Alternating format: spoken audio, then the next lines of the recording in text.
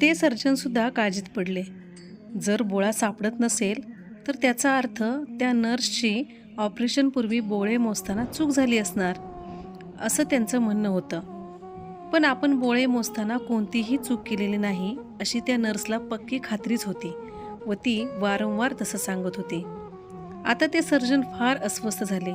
ते म्हणाले, जाऊ द्या, आता जास्त वेळ घालवू नका. मला सुई आणि कॅटगट द्या बरं. पण त्या नर्सला ते पटेना. ती सौम्यपणे पण ठाम स्वरात म्हणाली, नाही सर, तो हरवलेला बोळा जोपर्यंत सापडत नाही तोपर्यंत मला सुई आणि कॅटगट देता येणार नाही. त्या सर्जनने आपला संताप कसाबसा आवरला व रोग्याच्या पोटात त्या बोळ्याचा परत एकदा कसून शोध घेतला. अखेर ते जरा जोरात म्हणाले, मी येथील वरिष्ठ अधिकारी आहे, माझीही काही जबाबदारी आहे.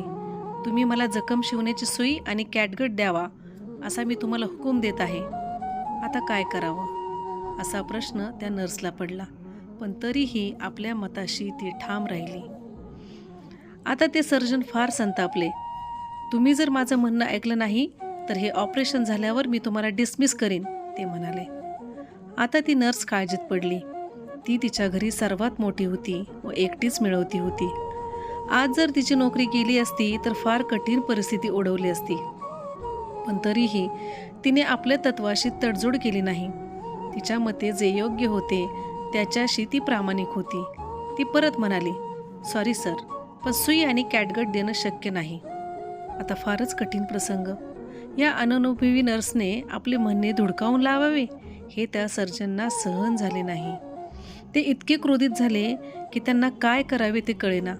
त्यांनी वैतागून अस्वस्थ होऊन खाली जमिनीकडे नजर वळवली आणि बघतात तर काय, तो रक्तलांछित कापडी बोळा रणांगणावर जखमी झालेल्या सैनिकासारखा जमिनीवर पडलेला होता. त्यांचा जीव भांड्यात पडला. समस्या सुटली होती. हे पहा, तो बोळा इथेच आहे, ते उद्गारले. ताळेबंद जुळला एकदाचा. आता मला द्या बरं ती. त्यांच्या तोंडून सुई हा शब्द बाहेर पडायच्या आत त्यांच्या हातात सुई आणि कॅटगट आले होते. सर्व काही व्यवस्थित पार पडल्यावर त्या सर्जननं त्या तरुण नर्सला जवळ बोलावलं व तिचं कौतुक केलं. ते म्हणाले, आय एम सॉरी, मी तुमच्यावर उगीच दबाव आणला. पण काय हो, मी जेव्हा तुम्हाला डिसमिस करण्याची धमकी दिली तेव्हा तुम्ही मनातून घाबरलात का? आणि मी जेव्हा म्हटलं जे काही घडेल त्याची जबाबदारी माझी, तेव्हा तुमचा माझ्यावर विश्वास नाही बसला. हा एवढा दबाव तुमच्यावर असूनही तुम्ही क्षणभरही विचलित नाही झालात. त्यावर ती जरा चाचरत म्हणाली, सर, आम्हाला आमच्या शिक्षकांनी असं शिकवलं होतं की बोळ्यांच्या संख्येचा ताळेबंद जर जुळत नसेल तर कोणत्याही परिस्थितीत सर्जनच्या हातात जखम शिवण्याची सुई आणि कॅटगट द्यायचा नाही.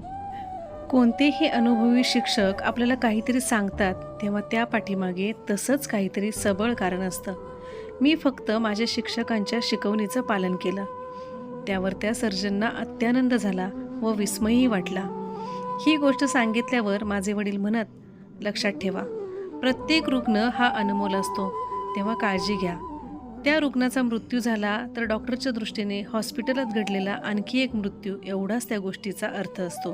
पण त्याच्या कुटुंबियांच्या दृष्टीने मात्र ती एक न भरून काढता येणारी पोकळी असते. कुटुंबातील प्रत्येक घटकाला स्वतंत्र अस्तित्व असते. त्यांचं म्हणणं किती खरं होतं नाही?